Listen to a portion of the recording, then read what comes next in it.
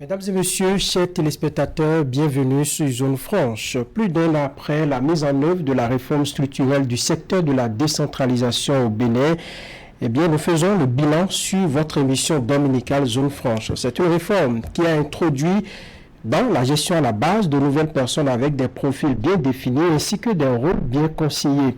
Par exemple, les secrétaires exécutifs de nos communes sont considérés désormais comme les patrons de l'administration communale et municipale, entourés de cadres techniques choisis selon un canevas voulu par les précurseurs de la réforme. Cela a changé quelque peu la manière dont la décentralisation a été menée jusque-là. Depuis 2003, l'année où le Bénin expérimentait pour la toute première fois ce mode de gestion qui veut que les collectivités à la base participent à la gestion de leur commune. Mesdames et messieurs, on sait que c'est un sujet qui nous intéresse et qui intéresse tout le monde, qui cristallise d'ailleurs les attentions. C'est justement pour assouvir le besoin de savoir et d'information des uns et des autres que nous avons invité sur ce plateau Landry Renaud. Il est le coordonnateur de la cellule de suivi et de contrôle de la gestion des communes. C'est une structure qui est logée à la présidence de la République, qui travaille à faire aboutir cette réforme voulue par le chef de l'État, Patrice Talon. Monsieur Renaud, bonjour. Bonjour, monsieur le journaliste. Merci d'accepter vos téléspectateurs. Merci d'accepter notre invitation sur Zone Franche. Avec mon collègue Wahab Alikpara, nous parlerons de l'opportunité de cette réforme pour nos communes. On fera également le bilan plus d'un an après de sa mise en œuvre. Nos discussions porteront également sur les perspectives à donner à cette réforme. Wahab Alikpara, bonjour. Franck Arounou, bonjour. Merci également à vous, Landry Renaud, bonjour. Bonjour, monsieur Alikpara. Bienvenue sur le plateau de Zone Franche. Merci. Eh bien, Franck Arounou l'a dit en introduction, c'est depuis 2003 que le Bénin a pensé à décentraliser les choses, à confier donc la gestion de la cité et des affaires aux communautés à la base. Mais des années plus tard, l'État central a décidé d'apporter un certain nombre de réformes dans ce domaine-là. Qu'est-ce qui a justifié le choix exactement? Qu'est-ce qui a motivé les choses au niveau du pouvoir central?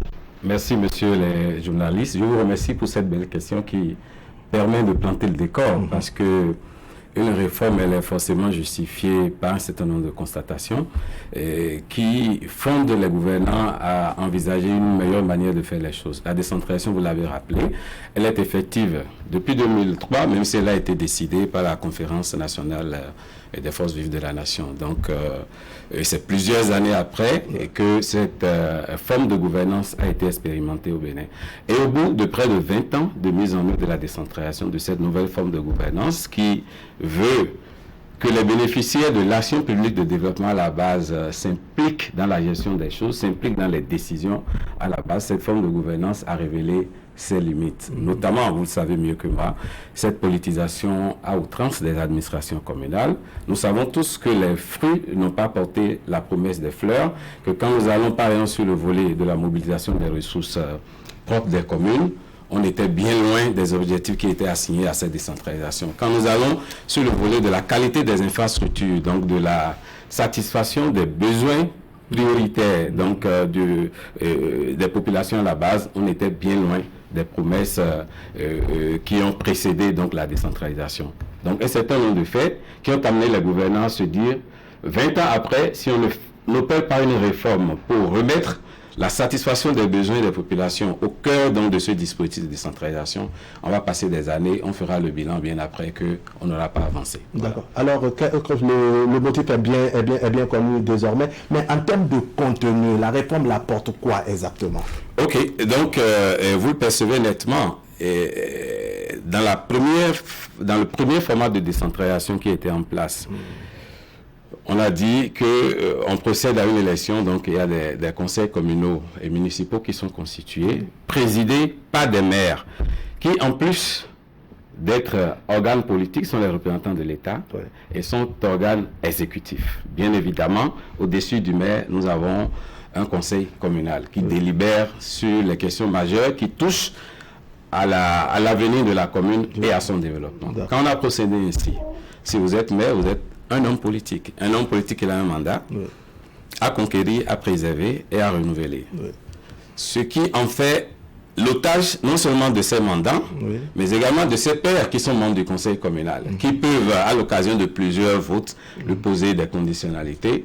Ça peut aller d'espèces sonnantes et trébuchantes à beaucoup d'autres engagements qui ont pour effet donc de freiner le développement de la commune. Donc en fait, les maires gestionnaires avec leurs conseils communaux, on ne va pas dire que ce n'est pas des personnes vertueuses, c'est des personnes vertueuses, mais du simple fait de leur qualité, de leur statut de l'élu politique, donc représentant une chapelle politique, devant préserver des intérêts qui parfois peuvent être des intérêts subjectifs, donc devant être pris en otage, et comme ça, ces maires-là n'ont pas forcément les coups de franche pour assurer une gestion efficace, efficiente, et pour réaliser des infrastructures, comment on va dire, dans l'intérêt général. Je vous donne un exemple.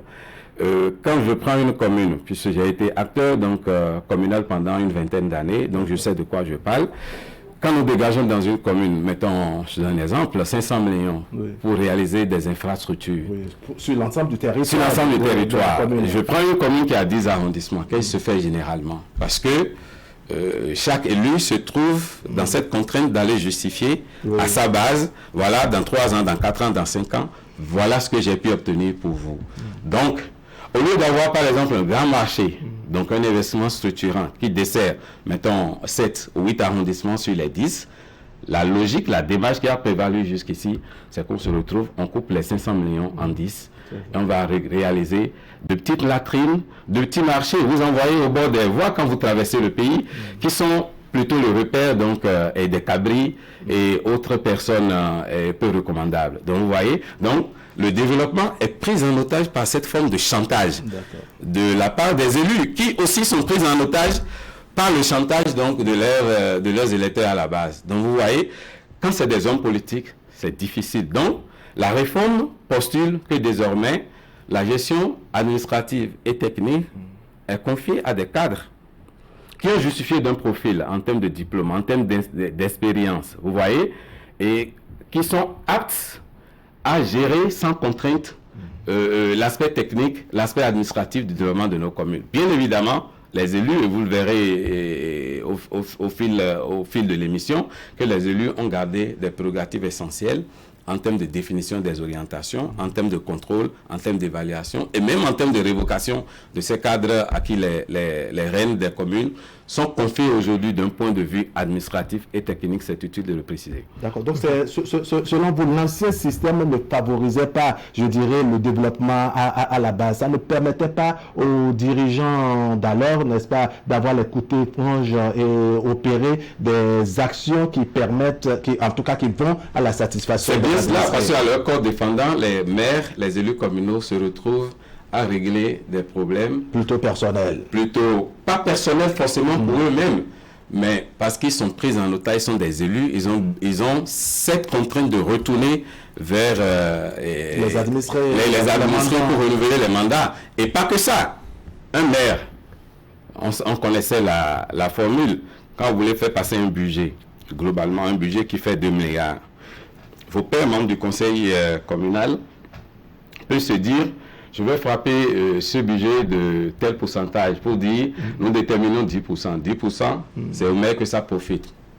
Pauvre de lui, ce maire.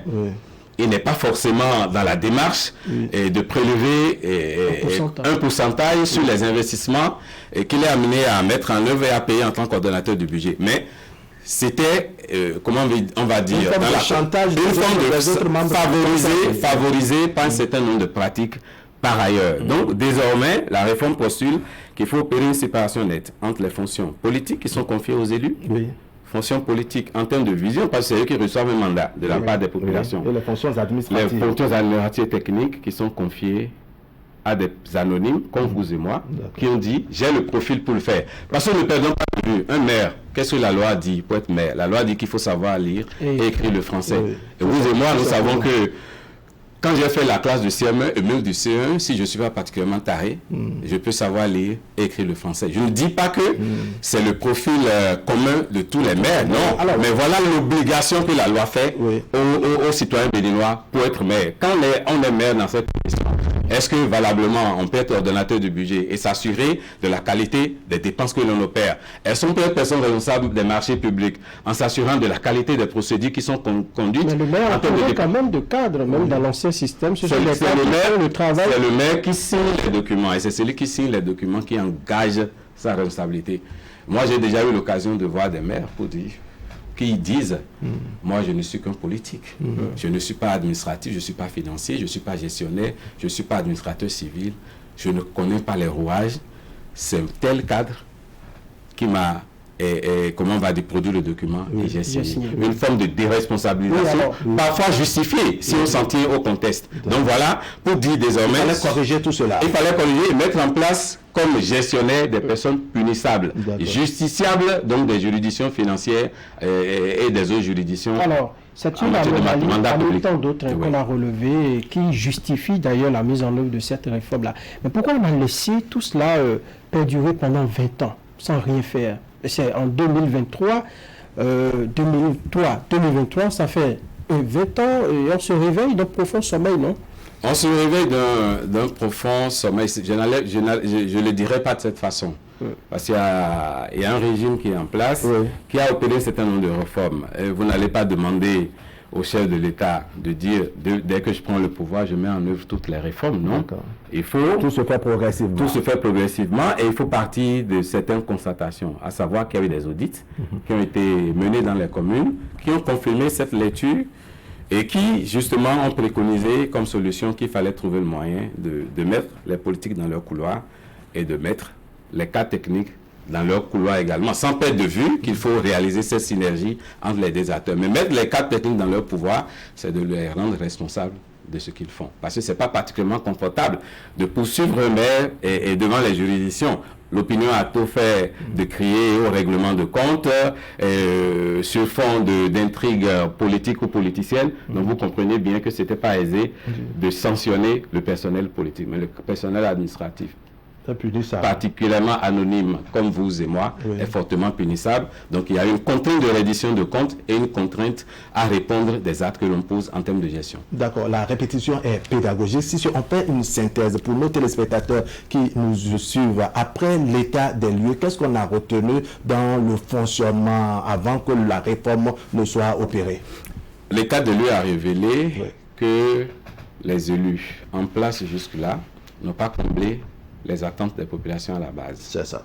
Parce que les infrastructures qui sont réalisées ne sont pas à la hauteur des attentes et des besoins sur le terrain.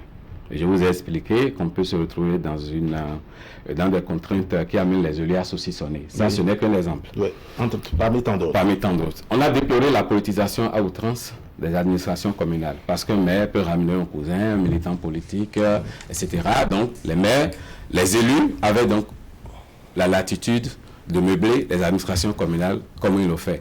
On pouvait reprocher également aux administrations communales d'être particulièrement affaiblies ou de ne pas répondre particulièrement aux besoins de mobilisation des ressources propres. Un maire qui est du terroir, il a ses cousins, ses parents, ses militants. Donc, mettre en œuvre une politique de mobilisation des ressources à la base, il peut être amené à retarder les choses ou à les orienter tenant compte de ses intérêts ou des intérêts de sa chapelle politique. Voilà bien des raisons qui ont pu donc justifier cette séparation pour dire les cas techniques, ils n'ont pas la contrainte du personnel politique et ils ont des objectifs qui sont fixés, ils sont évalués. Et donc, eux, ils ont l'obligation de mener efficacement sur la base, ne perdons pas ça de vue, des orientations et des objectifs qui sont définis par les politiques. Alors, on va finir sur ce chapitre-là, des mobiles qui ont justifié la mise en œuvre de cette de cette réforme. Qu'est-ce qui a marché pendant 20 ans? 2 ou 3 exemples pour terminer sur le sujet. On ne peut pas dire que tout a été mauvais. Non, on ne le dira jamais. Déjà, d'expérimenter la décentralisation qui veut que le pouvoir à la base soit géré par des personnes identifiées par la base elle-même, à qui la base confie des responsabilités, qui doivent développer une vision qui est en cohérence avec les attentes des populations. Ça, c'est une forme de gouvernance à laquelle le Bénin s'est habitué pendant une vingtaine d'années. Ça, c'est déjà important à souligner. Il faut souligner également, comme point positif, et que désormais, les élections communales ont pu être organisées bon an mal an suivant des fréquences qui ont été définies par les tests. Donc c'est une forme de démocratie à la base qu'on a expérimentée qui est à mettre à l'actif. On peut donc aussi relever que des compétences des communes sont exercées à la base, même si pendant plusieurs années, l'État, de façon progressive, a pu donc déléguer des compétences et des moyens à la suite. On peut relever également le FADEC, le Fonds d'appui au développement des communes, qui a permis donc de financer des infrastructures au profit des populations à la base. Parmi tant d'autres, voilà quelques points positifs qu'il faut mettre à l'actif de cette expérience de gouvernance à la base que nous avons expérimentée depuis. Donc, en résumé, il y a de gains pour les 20 ans de la décentralisation. On va faire maintenant un pas en avant. On sait que la réforme est venue pour corriger bien de choses. Cette même réforme date déjà d'un an. Quel bilan on peut faire à ce moment? Qu'est-ce qu'on a eu comme résultat jusque-là? Il est important de partir de l'architecture globale que porte la réforme. Ouais. Avant, quand vous allez dans les communes, vous avez deux organes. Vous avez un organe politique, le conseil communal, donc qui délibère sur les grandes questions et sur les questions de moindre importance aussi, qui touchent à la gestion de la commune. Et vous avez un second organe, le maire, je l'ai dit tout à l'heure, organe politique, mais également organe exécutif, qui est appuyé par une administration coordonnée par un secrétaire général qui, sous lui, a des directeurs ou des chefs de service selon le cas. L'architecture a évolué aujourd'hui. Et nous avons un conseil communal toujours, qui aujourd'hui est dans les grandes orientations. On peut la comparer à une assemblée, on peut le comparer à une assemblée générale d'une société commerciale ou quand on rentre dans la gouvernance des associations. Donc il y a une assemblée générale, le conseil communal, qui ne délibère plus sur tout, mais qui aujourd'hui s'intéresse aux orientations majeures en matière de développement. Ça, donc je compare ça à l'assemblée générale. Vous avez un conseil de supervision qui a récupéré quelques attributions qui étaient celles du conseil communal dans le temps. Qu'on peut comparer aujourd'hui à un conseil d'administration, donc c'est-à-dire qui définit des objectifs en matière de développement ou qui récupère les objectifs qu'on va dire stratégiques définis par le conseil communal, donc qui peut les monnayer, etc., qui contrôle la gestion du secrétaire exécutif. Ne perdons pas de vue que le secrétaire exécutif a l'obligation de produire mensuellement un rapport d'activité et à la fin de l'année de produire un rapport annuel de performance. Lesquels rapports sont soumis au vote, donc à l'adoption du conseil de supervision, qui est un peu le commanditaire dans l'opérationnel de la gestion communale. Donc vous voyez, donc, il y a ces deux organes politiques, dont aujourd'hui le plus opérationnel sur la gestion de la commune est le conseil de supervision. Et vous avez le maire qui garde la présidence de ces deux organes délibérants politiques, le conseil communal et le conseil de supervision, qui est à lui seul d'ailleurs un organe et qui impulse la dynamique de fonctionnement de ces deux organes politiques. Donc, des deux premiers organes politiques. Et vous avez enfin un secrétaire exécutif qui est comme un directeur général, qui reçoit un mandat, des objectifs, qui rassure le conseil de supervision et le conseil communal que mensuellement, on se rapproche des objectifs qui sont définis en fin d'année et annuellement, on peut évaluer ces objectifs et s'assurer si ces objectifs sont atteints. Donc, ce qui a marché aujourd'hui, ce qu'on peut mettre à l'actif du bilan aujourd'hui, c'est que cette nouvelle architecture a pris corps. Les organes fonctionnent et collaborent dans une vision de synergie. Ça, c'est important. Ce qu'on peut mettre également à l'actif de la réforme aujourd'hui, c'est que nous avons un code de l'administration territoriale aujourd'hui. Ce n'était pas le cas il y a quelques années où une multitude de lois dispersées à travers plusieurs autres recueils ou plusieurs autres lois, donc il fallait les rechercher. Aujourd'hui, on a un corpus, tout ensemble, dans un code de l'administration territoriale. Aujourd'hui, le fichier national des principales fonctions administratives techniques est constitué. Parce que l'un des reproches qu'on faisait aux communes, c'est de disposer de personnel qui n'était pas particulièrement apte. Le profil n'était pas adapté aux besoins. Aujourd'hui, il y a 7 fonctions essentielles qui sont définies et pour lesquelles on a une base de données. Et dans cette base de données, on peut aller puiser à chaque fois. Donc ça, c'est un point important mais à la titre de la réforme. On peut dire également, comme point important mais à la titre de la réforme, les moyens mis à disposition. L'État, en termes de subventions pour le FADEC, le Fonds d'appui au développement des communes, l'État a amélioré considérablement ses subventions. Et l'État, rappelez-vous, prend en charge les rémunérations des maires, des adjoints aux maires, des présidents de commission, des chefs d'arrondissement et des chefs de village sur l'ensemble du territoire. Et vous verrez que les maires sont affectés de moyens flambant neufs de déplacement. Pareil pour les secrétaires exécutifs. C'est déjà fait pour les secrétaires? Tous les 77 secrétaires exécutifs de mairie du Bénin disposent de véhicules flambant neufs. Et ce n'est pas pour leurs beaux yeux que le gouvernement l'a fait. Le gouvernement l'a fait pour qu'ils incarnent certaines autorités. Qui soient opérationnels. Qui soient opérationnels et représentatifs. Eu égard aux responsabilités qui sont les leurs dans le développement. La mission qu'on leur a confiée. Est-ce que le schéma n'est pas trop lourd? On peut mettre par exemple conseil communal et conseil supervision ensemble, non? D'autant plus que ce sont des organes politiques. Le maire et puis le secrétaire. Là maintenant nous avons un conseil communal, un conseil de supervision. Le maire, le secrétaire exécutif, c'est pas assez lourd? Qu'est-ce qui est lourd par rapport à l'ancienne formule? Vous avez communal. Je crois qu'on s'est longuement entretenu sur l'utilité et l'opportunité de séparer les fonctions techniques administratives de celles politiques. C'est ce qui a généré donc, comment on va dire, l'avènement du secrétaire exécutif. Donc le problème que vous posez est celui des deux autres organes politiques, le conseil communal et le conseil de supervision. On aurait pu diluer à ce niveau aussi. Le conseil de supervision se réunit chaque mois. C'est ça.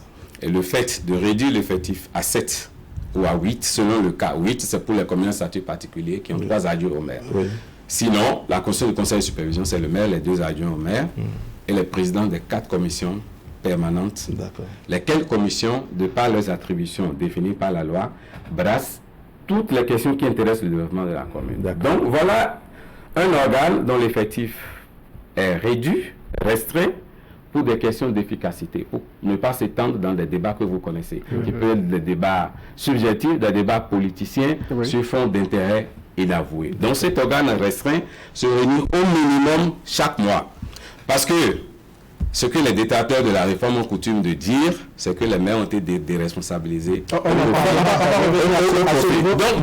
ne pas anticiper la question, simplement pour vous dire aujourd'hui, le conseil, je l'ai rappelé tout à l'heure, le conseil de supervision est cet organe qui doit justifier d'une certaine efficacité, se réunir le plus souvent que possible pour ne pas laisser les SE, les secrétaires exécutifs, évoluer en roue libre, en se détachant des aspirations des populations dont les conseils de supervision, les élus, sont garants et sont dépositaires. Alors, on a vu qu'en termes d'organigramme, il y a bien de choses à mettre à l'actif de la réforme. Mais pour les communes, concrètement, c'est-à-dire de façon tangible, de façon concrète, qu'est-ce que les communes ont gagné de cette réforme à l'heure actuelle? Aujourd'hui, nous avons une architecture qui est nouvelle, qui prédispose les acteurs à évoluer dans leur couloir respectif sans se prévaloir d'excuses que nous avons connues jusqu'ici. C'est-à-dire, point ordonnateur de budget, point gestionnaire des ressources humaines, financières, matérielles, désormais... Il n'aura plus à dire comment il ne peut pas dire le papier que j'ai juste signé. Voilà.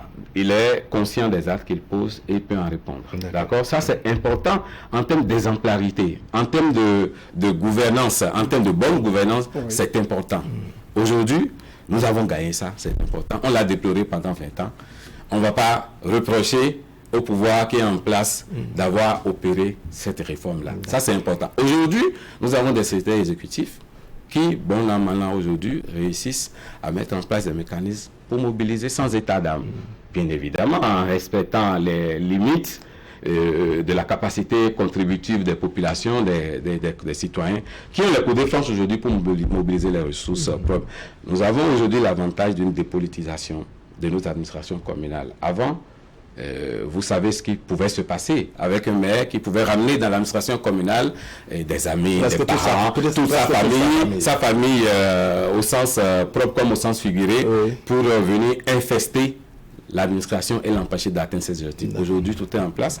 Et les résultats, par exemple, en termes de mobilisation des ressources, en termes de gestion optimale des ressources de la commune, les résultats commence à émerger aujourd'hui. On ne peut pas, au bout d'une année, on ne peut pas estimer que la réforme n'a pas atteint ses objectifs. Aujourd'hui, nous avons le décor, nous avons l'environnement, nous avons le dispositif qui commence à porter des fruits et c'est important pour nous. Dans une commune, par exemple, où le maire, le secrétaire exécutif entretient de bonnes relations, on travaille en bonne intelligence, est-ce que le maire ne peut pas influencer les décisions du SE et glisser faire passer des des ambitions politiques, qui fait passer des actes politiques qui nous renvoient un peu dans l'ancien système. Les actes politiques, dits dans le sens noble des choses, vu que le maire et le conseil communal ont un mandat, ont fait des promesses, ont des documents qui ont projeté une vision et des actions à atteindre. Ça, c'est politique, c'est des documents politiques. Ça, c'est pas un problème. Le secrétaire exécutif est là pour servir ses actions politiques, au sens noble du terme. Mais les actes politiciens, voyez-vous, qui sont mus par des intérêts inavoués, des intrigues. Aujourd'hui, les secrétaires exécutifs ne peuvent pas se prêter à ça. Bien au-delà, si un maire tisse le parfait amour avec un secrétaire exécutif au point de lui dire de biaiser des procédures en termes, par exemple, de commandes publiques, en termes d'orthodoxie financière, c'est au secrétaire exécutif de peser le pour et le contre pour savoir si prend le parti de la bonne gouvernance ou de prendre le parti de la bonne gouvernance au point de se retrouver devant les juridictions. D'accord. Alors, à l'inverse de la question de Franck Aroumou tout à l'heure, on sent que oui, on parle de volet politique et de volet administratif, mais un administrateur ou celui qu'on a qualifié d'administratif, donc le SE, a d'une manière ou d'une autre, en tant que citoyen, une coloration politique. Lorsque sa coloration politique cadre avec celle du maire, on sent que tout marche très bien, mais dans des milieux où la coloration politique du SE et du maire ne sont pas les mêmes, eh bien entendu, on sent qu'il y a des affrontements, ça boude par endroits, les choses ne fonctionnent pas exactement. Quel travail est fait à ce niveau pour que, on puisse privilégier, je dirais, l'intérêt des administrés, l'intérêt des populations à la base? Ok, tout être humain a forcément un penchant pour une chapelle, qu'elle soit politique, sociale, religieuse et autres. Mais le secrétaire exécutif a un contrat. Et au-delà d'un contrat, il a des objectifs à atteindre. Et nous avons un mécanisme qui permet de l'évaluer. Le fait évaluer par le conseil de supervision. Parce que c'est le conseil de supervision et le conseil communal qui sont dépositaires du mandat des populations à la base. Si un secrétaire exécutif s'amuse à s'acoquiner avec un maire au point de perdre de vue les objectifs qui sont les siens, ça pose des problèmes en termes d'efficacité. Le mécanisme est prévu pour le sanctionner et au besoin pour le révoquer. Mieux, la loi a prévu que les secrétaires exécutifs ne marquent pas de façon, notoire leur appartenance politique. Et ça, ils savent bien. Donc, le problème, les secrétaires exécutifs ne sont pas particulièrement neutres. Ça relève de l'humain. Personne n'est neutre, à proprement parler.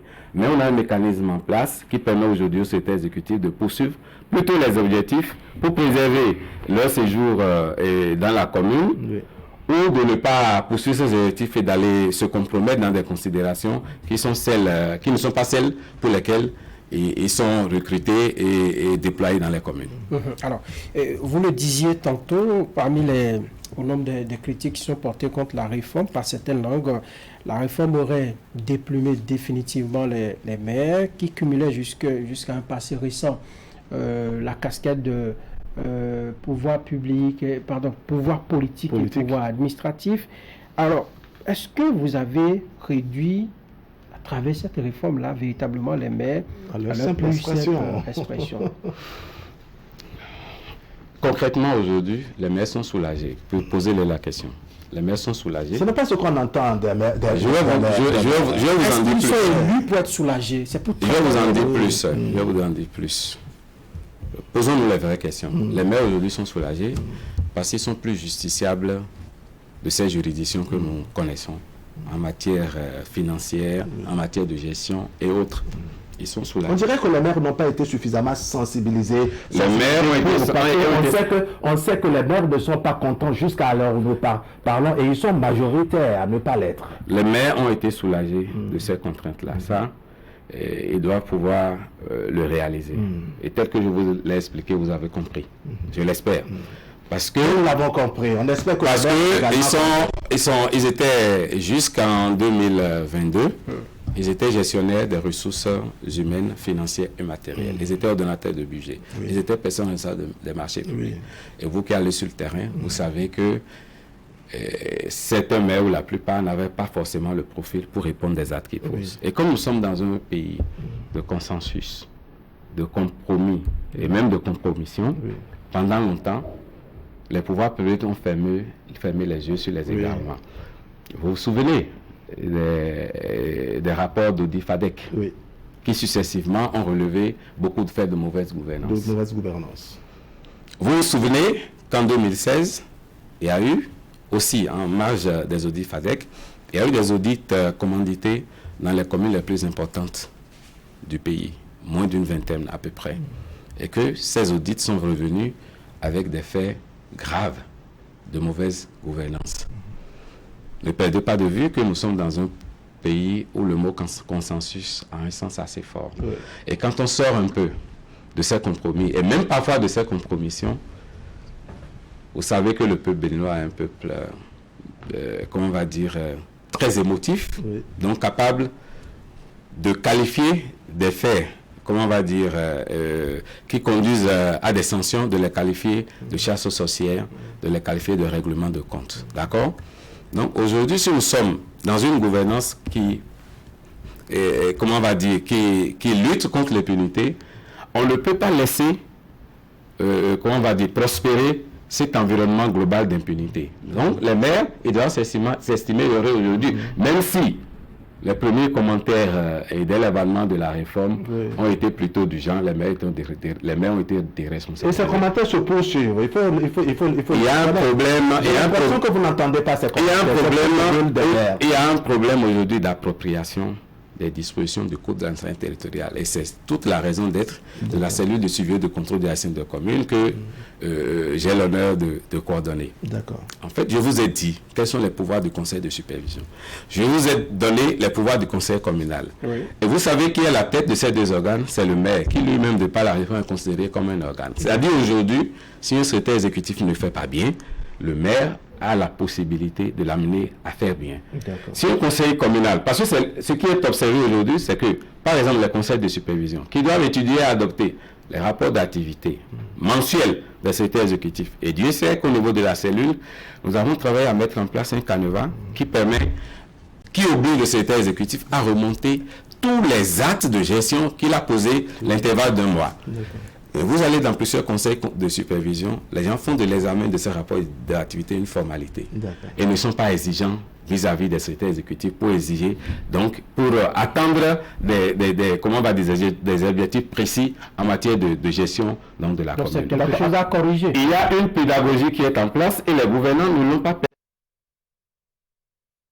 de suivi et de contrôle de la gestion des communes, qui est constamment sur le terrain, aux côtés des acteurs. On va revenir sur vos missions tout à l'heure, mais votre premier développement nous amène à recentrer le débat de qui fait quoi, où et comment, parce que parmi les critiques, il y a qu'on qualifie désormais nos communes de monstres à trois têtes, avec le préfet d'un côté, le maire de l'autre, le secrétaire exécutif d'un autre côté, et puis bon, il y a parfois des affrontements par endroits. On sait qu'il y a eu des endroits où le préfet s'est vu obligé de convoquer un secrétaire exécutif devant les tribunaux. C'est un secrétaire exécutif qui adresse une demande d'explication au maire. À un autre endroit, c'est un maire, n'est-ce pas, qui essaie de suspendre un secrétaire exécutif. Finalement, on se demande comment les choses se passent. Est-ce que dans le couloir n'est pas si large pour qu'il y ait tant d'affrontements?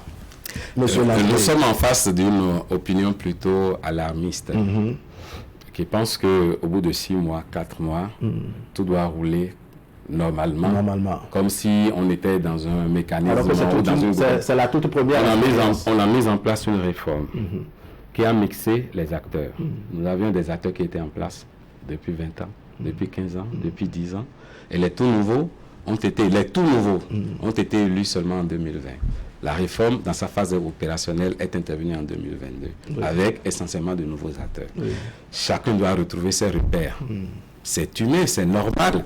Et même s'il n'y avait pas réforme, pensez-vous qu'il n'y avait pas de problème dans les communes? Non, moi qui suis un acteur communal qui a consacré près de 20 ans de ma vie à la gestion communale, je sais que les choses n'étaient pas particulièrement faciles, particulièrement tendres. il y avait des tensions au sein des conseils communaux. Vous vous souvenez des cascades, de cette cascade comment on a appelé ça, des maires qui ont été destitués, des cas comment on va dire, de suspension de tel cadre, de tel CESAF, de tel secrétaire général et autres. Pour des raisons toujours pas... Hein, nous faisons comme si nous tombons tout droit dans un mécanisme parfait qui ne doit pas s'éprouver, comment on va dire, au gré des difficultés. Donc c'est des acteurs anciens qui se retrouvent avec des acteurs nouveaux, avec une architecture nouvelle. Chacun doit retrouver... Ces affrontements... On ne parlera pas d'affrontement, parce que dans toute société humaine, il y a parfois des incompatibilités, des difficultés de collaboration. Il peut y avoir après les anciens qui avaient des prérogatives, qui avaient des habitudes et des privilèges en soi nostalgiques. Il peut arriver que les nouveaux qui viennent mettent du temps à retrouver leurs repères. Et ça, c'est inhérent à toute réforme. C'est normal selon vous? C'est normal. Et les cas que vous citez de révocation ou de demande d'explication, c'est des cas... Ce n'est que quelques cas.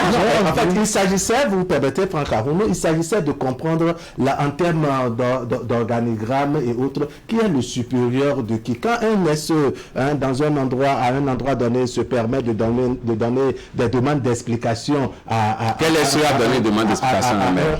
À un maire, quand un maire... Quel est le SE? Quand un maire suspend un SE, qu'est-ce qui est prévu en termes d'organigramme qui vient avant qui? Il y a plus de rumeurs que de faits avérés. Aucun SE n'a donné demande d'explication à un maire. Et aucun maire n'a suspendu un secrétaire exécutif. C'est ça. Donc il y a plus de rumeurs qu'autre chose. D'accord? Il est arrivé 2 cas de secrétaire exécutif remerciés pour le caractère peu concluant et peu satisfaisant soit de leur période d'essai ou de leur enquête de moralité. Ça, c'est des faits courants. Que ce soit dans l'administration publique ou dans les entreprises privées. 2 cas. Il y a eu 3 cas de secrétaires exécutifs convaincus de faire de mauvaise gouvernance. Et si nous mettons en place une réforme, il faut mettre, en plus de l'accompagnement, il faut mettre une discipline, une rigueur. Pour que les quelques égarements n'en viennent pas contaminer les autres cas. Donc il y a 3 secrétaires exécutifs qui ont été révoqués en conseil des ministres. Après, il y a eu un cas de secrétaire exécutif suspendu par la cellule de suivi et de contrôle de la gestion des communes. D'accord. Quel est le cas de Ouida qu'on veut, par exemple, qu'on prend comme ça, par hasard, le cas de Ouida avec le SE de Ouida? Quelle est la situation exactement? Non, notre posture, ce n'est pas d'aller régler ou de venir exposer sur un plateau de télévision des procédures ordinaires classiques, conservatoires en matière de procédures disciplinaires. Ce n'est pas notre vocation. Mais ce qu'il faut retenir, c'est que la cellule de suivi et de contrôle de la gestion des communes est une cellule présidentielle, basée à la présidence de la République, qui opère suivant une méthodologie très sérieuse. Et quand cette cellule est amenée à faire soit des missions de routine, de suivi et des missions de routine de contrôle, ou même des missions sur dénonciation, ces cellules ne jugent ou n'opinent que sur des faits généralement reconnus par les mises en cause. Des faits reconnus, non pas oralement, mais pas écrits par les mises en cause. Nous comprenons que sur les réseaux sociaux et dans aujourd'hui la presse, où chacun peut derrière un certain anonymat, ou par procuration à des personnes qui ont coutume de relayer des rumeurs, chacun peut essayer de se justifier. Est-ce que le rôle ou la posture idéale d'une cellule présidentielle, c'est de se répandre dans la presse ou sur les plateaux de télévision pour, comment on va dire, débattre de cas qui sont des cas classiques, ordinaires. Alors, pour éviter l'intoxication, quel travail est fait pour que, bon, au moins à l'analyse et à l'appréciation des populations, ce qu'on lit sur les réseaux sociaux et ce qu'on entend de ce côté-là, n'est-ce pas, on puisse recentrer le débat et avoir franchement et finalement la bonne et vraie version. Généralement, les acteurs communaux qui sont épinglés, soit par la cellule ou par le corps de contrôle de l'État, ont bien connaissance des faits qui leur sont reprochés, qui leur sont notifiés par écrit. Et je dis que généralement, les fautes sont reconnues par les intéressés eux-mêmes, pas écrit. Donc, voyez-vous, la cellule n'invente pas. D'accord? Mieux, les intéressés ont toute la possibilité de faire valoir leurs moyens de défense. Oui. Pour dire, voilà pour quelles raisons. Et quand on parle de mesures conservatoires, c'est des mesures provisoires qui ont vocation à geler une situation Oui. au moment, en temps T. Oui. Après, on ne peut pas préjuger de la suite de la décision.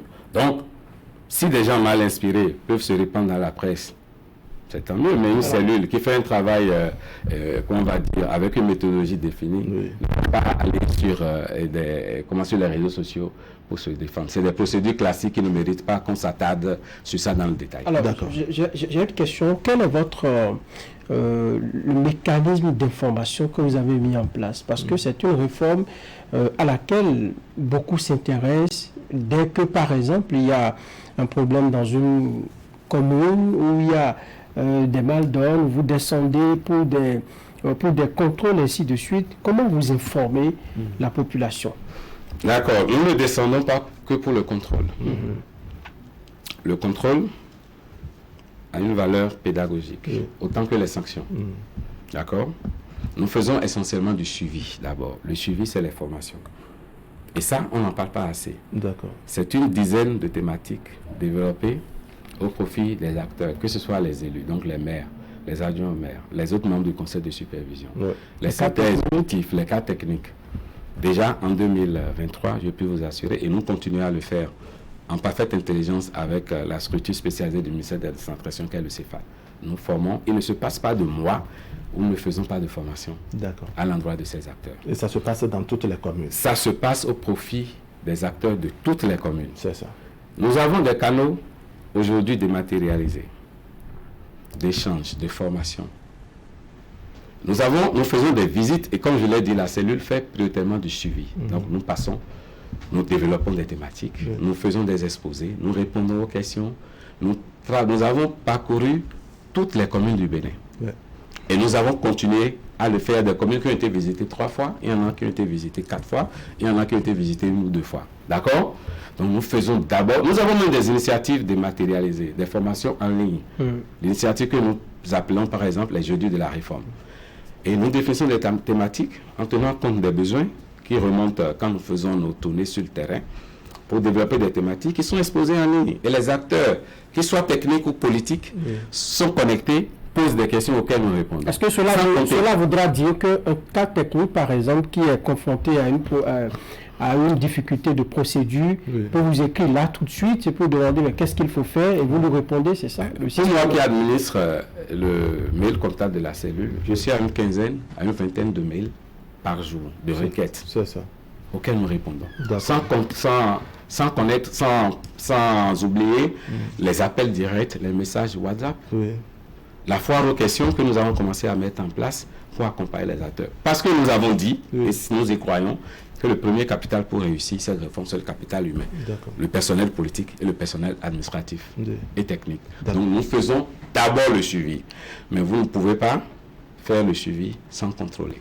C'est le contrôle qui vous permet d'avoir le retour de l'appropriation par les acteurs de leurs attributions, de la façon vertueuse ou pas dont ces acteurs, comment on va dire, gèrent les communes. Nous faisons des contrôles de routine et des contrôles sur dénonciation. Et l'objectif, ce n'est pas de stresser ou de traumatiser ces personnes-là, c'est de les accompagner. Et le bilan aujourd'hui, ça ne va pas être de dire que ces acteurs-là sont incompétents. Non, je félicite et j'encourage ces acteurs qui sont dans les communes, notamment ces cadres techniques qui sont confrontés à plusieurs difficultés, d'éloignement par rapport à leur famille, la pression qui découvre l'environnement communal pour certains et la charge de la responsabilité qui n'est pas rien. Quand vous êtes responsable, vous avez une obligation de reddition de compte, une obligation de résultat face à des moyens qui sont mis à votre place, mis à votre disposition. Donc vous comprenez que c'est un processus et au bout d'un an, je crois qu'on peut dire que les choses sont en place et avancent progressivement et que cette façon alarmiste et comment on va dire de l'opinion ne reflète en rien la réalité. Vous avez posé la question de savoir quel est est-ce que nous informons les populations? Nous le faisons quand c'est nécessaire. Parce que le travail avant, l'investissement en termes d'encadrement, de suivi, avant toute information. Nous n'allons pas inverser les choses pour parler plus que nous travaillons. Non. Nous travaillons et quand des occasions se présentent comme celle-ci, efficacement et utilement, nous donnons l'information aux populations. D'accord. Alors la réforme, elle est nouvelle. Ça fait 1 an, je dirais, d'expérimentation. Tous les acteurs travaillent à, je dirais, comprendre le contenu. Est-ce qu'à votre niveau, vous avez travaillé sur un manuel de procédure à produire et mettre à la disposition des différents acteurs de manière à ce que on puisse se dire, bon, une fois que je suis bloqué dans l'exécution d'une tâche, je puisse me référer à ce manuel de procédure pour savoir qu'est-ce qui est prévu en termes de mise en œuvre de mécanismes. Et nous sommes, et c'est l'ambition du gouvernement, nous sommes allés plus loin qu'un simple manuel de procédure. Aujourd'hui, ce qui se met en place et qui est très avancé, c'est un système intégré de gestion des communes qui favorise la reddition des comptes, qui produit les données, qui permet de savoir d'un point dématérialisé, de savoir quelles sont les données en termes de santé financière des communes, en termes de production d'un certain nombre d'informations. Et ça, le gouvernement a mis les moyens en place. Nous sommes presque à la phase de finalisation de ce système intégré de gestion. Pareil pour les manuels de procédure des communes, en tenant compte donc des catégories qui existent aujourd'hui. D'accord? Les 3 catégories, même s'il faut probablement faire un traitement spécial à part pour la commune de Cotonou, qui n'est peut-être pas à confondre avec les 3 autres communes à statut particulier. Au-delà d'un manuel de procédure, il y a des organigrammes types qui sont élaborés. Il y a des systèmes de gestion donc, du personnel communal. Donc, un certain nombre d'outils qui sont élaborés, qui sont en cours de finalisation, qui vont être bientôt déployés, vulgarisés dans les communes, pour donner à ces acteurs les outils qu'il faut. Et au-delà de ça, il y a des outils que la cellule met en place au quotidien au profit de ces acteurs-là, pour leur permettre de travailler dans de bonnes conditions. D'accord. Alors, en quoi la formule de tirage au sort des cadres, des SE, tous ceux qui interviennent aujourd'hui dans cette réforme-là, en quoi cette formule est, disons, efficace? Cette formule présente des avantages qu'il ne faut pas perdre de vue. Nous avons dit qu'il faut... Ça également des limites. Nous avons dit qu'il faut séparer les fonctions politiques de celles administratives et techniques. Oui. Mais à quoi ça sert de le faire si un maire va identifier à l'avance un secrétaire exécutif? Vous craignez qu'il puisse le faire par affinité? Ordonnateur de budget, qui va être autorité approbatrice des marchés publics, qui va être gestionnaire des ressources humaines, financières et matérielles d'une commune. Ça n'aurait pas d'intérêt. Quel intérêt aurait cette recherche de bonne gouvernance si le secrétaire exécutif lui-même est capable d'aller piocher dans le fichier des personnes qui lui sont acquises pour un certain nombre de choses, pour les nommer aux principales fonctions administratives et techniques dans une commune? Aucun intérêt. Non. Le tirage au sort met un caractère aléatoire dans le choix des principaux acteurs de la gestion communale, mais des gens qui à l'avance ont répondu à un profil de diplôme. Aujourd'hui, c'est que des 4 Bac plus 5 qui sont dans le fichier pour les postes de secrétaire exécutif, autant pour ce poste que pour les autres. Donc, qui ont justifié un certain nombre d'années de pratique, d'expérience dans la gestion globalement. Donc, on a des gens qui répondent aux critères de profil. Maintenant, tout le reste, c'est d'aller les chercher dans le fichier sans préjugés ou sans savoir à l'avance s'ils ont des affinités avec telle ou telle personne. C'est tout l'intérêt donc de ce mode de tirage au sort qui est en place. Et qui n'est pas nouveau dans l'administration béninoise, parce qu'il y a même certaines fonctions au niveau des ministères aujourd'hui qui sont gérées dans un fichier et qui fait l'objet d'un tirage au sort. Il y a eu des cas de démission par moment. Le remplacement s'est produit comment? Il y a eu des cas de démission. J'ai lu dans la presse et sur les réseaux sociaux, comme je l'ai dit, il y a parfois comme un effet de grossissement qui n'en vaut pas la peine. Jusqu'ici, il n'y a eu qu'un seul cas de démission de secrétaire exécutif d'une femme qui, pour des raisons de rapprochement de conjoint, a démissionné de son poste. Après, il y a eu des cas de démission dans certaines fonctions administratives et techniques. chose normale.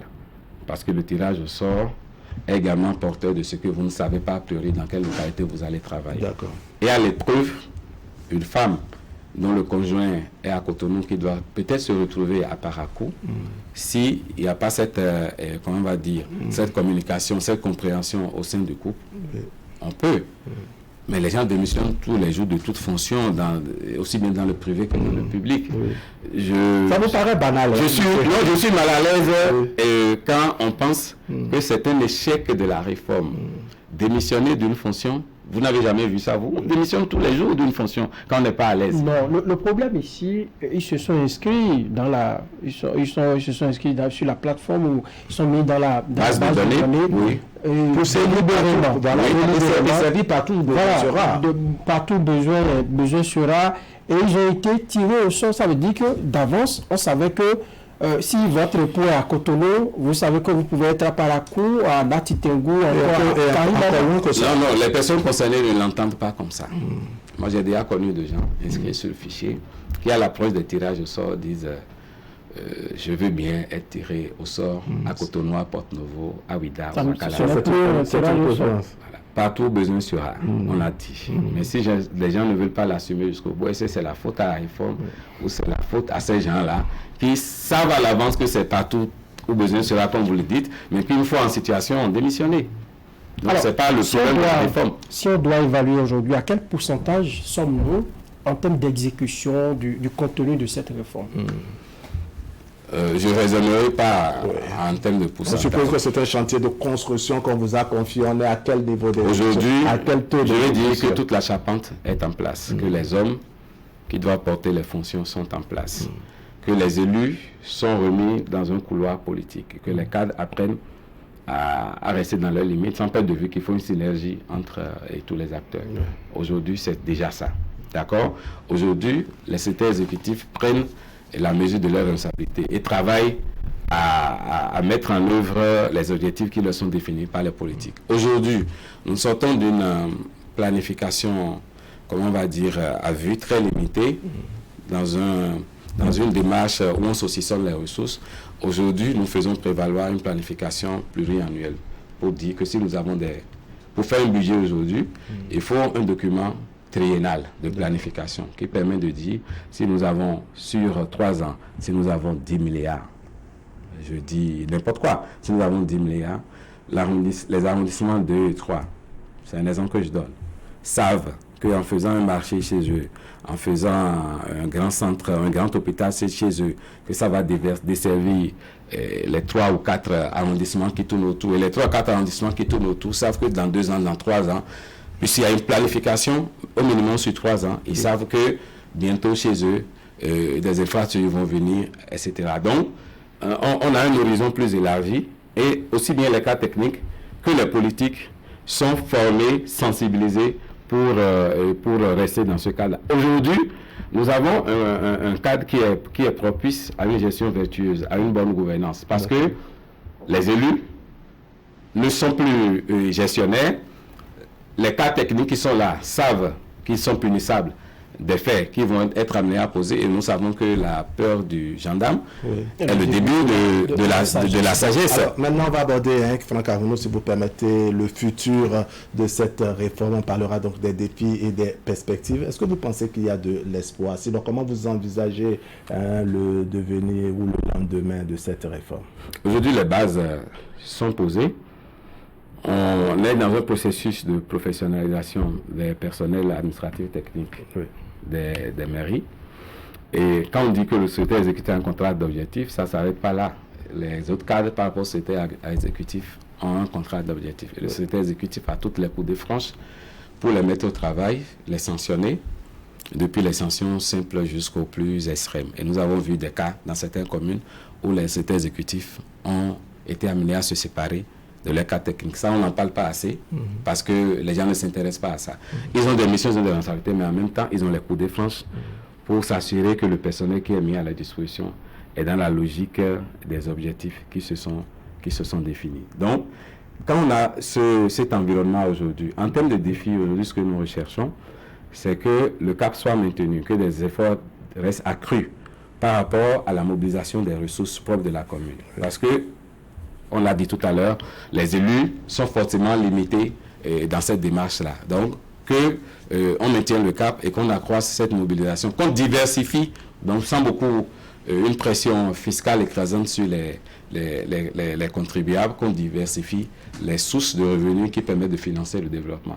Et quand on a planifié dans une approche durable le développement de la commune, il faut réaliser des infrastructures de qualité. D'accord? Pas des infrastructures qui, au bout d'une année, au bout de 2 ans, présentent des vices et on se demande à quoi ont servi ces dizaines de millions investis. D'accord? Donc, quand on fait tout ça, le développement du Bénin, c'est d'abord le développement de cette commune.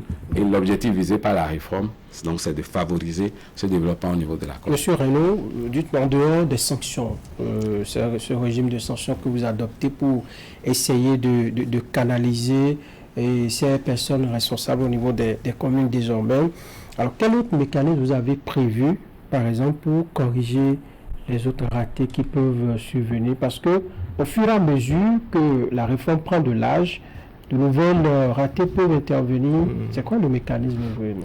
Nous sommes constamment, comme je vous l'ai présenté, nous sommes constamment avec les acteurs sur le terrain, à l'écoute. Et ils nous saisissent par tous les moyens, d'accord, mis à leur disposition. Donc, eu égard à ces retours, nous ajustons un certain nombre de choses, notamment par des circulaires ou par des dispositions réglementaires qui viennent clarifier un certain nombre de concepts ou un certain nombre de procédures. J'ai parlé des moyens, des outils de gestion que nous mettons en place, d'accord? Donc quand nous faisons ça, et sans oublier que même le ministère tutelle, le ministère de la décentralisation, travaille en parfaite intelligence avec la cellule. Donc nous sommes constamment à l'écoute et nous réajustons aussi bien les dispositions réglementaires que certains outils, nous réajustons en fonction donc des retours que nous avons du terrain. Nous renforçons, même nous améliorons les moyens, les conditions de travail de ces acteurs-là au fur et à mesure et pour que chacun se sente à l'aise. Donc nous sommes constamment à l'écoute des acteurs pour, comment on va dire, apporter un plus pour améliorer et réajuster. Et donc voilà le mécanisme qui est très souple et qui est fondamentalement à l'écoute des acteurs. D'accord, l'œuvre humaine n'étant pas parfaite et nécessitant correction à tout moment, en votre âme et conscience, en 1 an d'exécution de la réforme, qu'est-ce qui selon vous n'a pas marché? Qu'est-ce qu'on peut qualifier de raté à proprement parler? Et là, ça permet à nos téléspectateurs de ne pas se contenter de ce qu'ils lisent et entendent sur les réseaux sociaux. Donc, ce qui est évident, comme je l'ai dit, il y a des acteurs anciens et des acteurs nouveaux. Donc chacun cherchant ses repères, on peut être confronté à des cas de conflit d'attribution. Et nous, notre rôle en tant que cellule, c'est de les anticiper au mieux et de les régler quand ces problèmes se posent. Donc il y a des problèmes de conflit d'attribution. Et il y a des problèmes, et ça, c'est inhérent à toute administration, qu'elle soit privée ou privée. Il y a des problèmes, des difficultés d'appropriation des attributions de certains acteurs techniques. Et nous les renforçons à les formations. Certains qui ne sont pas complètement à la hauteur, ils sont remerciés.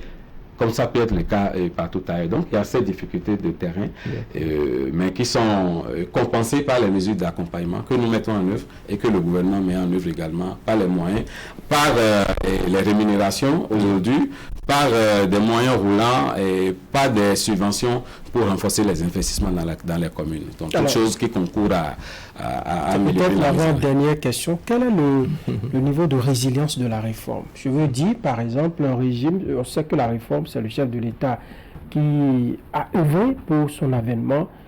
Est-ce que cette réforme peut, disons, résister au régime, résister à la politique? Une fois encore, la cellule n'est pas un organe politique. Elle n'a pas à se prononcer sur des questions ou des aspects politiques, purement politiques de la réforme. Mais le tableau tel que je vous l'ai présenté, qui permet de mettre chacun devant ses responsabilités, en enlevant à chaque acteur les excuses de je ne sais pas, je ne suis pas compétent, etc. Est-ce que universellement, on ne peut pas admettre que c'est une bonne chose? Si c'est une bonne chose, Je ne vois pas de raison pour que... Est-ce que de votre constat sur le terrain, après les missions de supervision ou de contrôle et de suivi, vous sentez les acteurs commencer véritablement à s'engager? Il n'y a pas de résistance par endroit? Il y a plus de réussite, plus d'implication, plus d'adhésion que les petits soucis qui remontent, qui sont relayés parfois sur les réseaux sociaux. Donc il y a un bon travail qui se fait sur le terrain au prix de plusieurs sacrifices. Le temps passe vite. Avant la petite conclusion, on est bien curieux de savoir quelle est la nature des sanctions prévues sur la chaîne du plus haut au plus bas. Non, les sanctions qui sont appliquées sont les mêmes que... Le régime disciplinaire est le même que celui en vigueur dans l'administration. Ce qui peut être spécial, et ça c'est seulement depuis quelques mois que cette opération est, depuis le 5 avril 2023, qu'il y a eu un décret pris par le gouvernement, le chef de l'État, pour habiliter la cellule de suivi et de contrôle de la gestion des communes, quand des faits graves de mauvaise gouvernance sont observés, de prendre des mesures conservatoires, c'est-à-dire de suspendre les acteurs qui sont responsables de ça, le temps que des procédures disciplinaires ordinaires soient observées. Et ça, c'est toujours pour assurer le succès de la réforme, parce que quand vous accompagnez, il faut également sanctionner quand il y a des déviances. Donc, le régime disciplinaire reste le régime disciplinaire classique. Mesdames et messieurs, c'était Zone Franche avec Landry Renaud, coordonnateur de la cellule de suivi et de contrôle de la gestion des communes de notre pays. Eh bien, nous avons fait le tour d'horizon de cette réforme-là qui est âgée de plus d'un an aujourd'hui. Nous avons parlé de ce qui a marché et de de ce qu'il faut revoir pour une bonne marche de cette réforme-là. Nous avons également parlé des perspectives. Quand on fait mal, dans le rang de ceux qui mettent en œuvre cette réforme, il y a des sanctions et la cellule qui fait un beau travail pour, bien entendu, atteindre les résultats fixés et pensés par les précurseurs de cette réforme. Monsieur Landry Renaud, merci d'avoir été des nôtres sur Zone Franche. Wahab, merci. Merci beaucoup. Merci beaucoup à vous pour l'éclairage que vous avez apporté sur les différentes thématiques que nous avons abordées. On va dire merci à nos téléspectateurs et on prend le rendez-vous de dimanche prochain. Portez-vous bien.